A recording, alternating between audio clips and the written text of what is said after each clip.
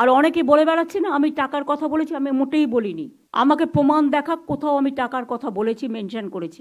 মিথ্যে কথা, কুৎসা, অপপ্রচার, চক্রান্ত। আমরা আগেও বলেছি, আজকেও দায়িত্ব নিয়ে বলছি, হ্যাঁ টাকা আমাদের কি তখন উচিত ছিল যে আমাদের মেয়ের যখন বডি পড়েছে তাহলে ভিডিওগ্রাফি করার? উনি যে বলছেন প্রমাণ দিন, কি প্রমাণ দেবে?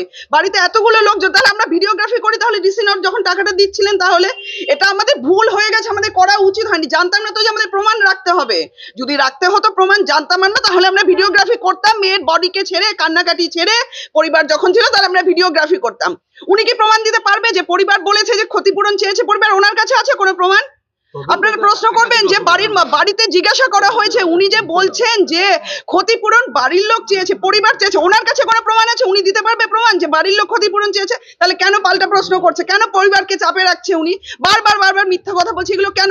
উনি নিজেই বলছে, উনি নিজেই তো বলছে যে উনি মানে দিদি যে মাননীয় মুখ্যমন্ত্রী তিনি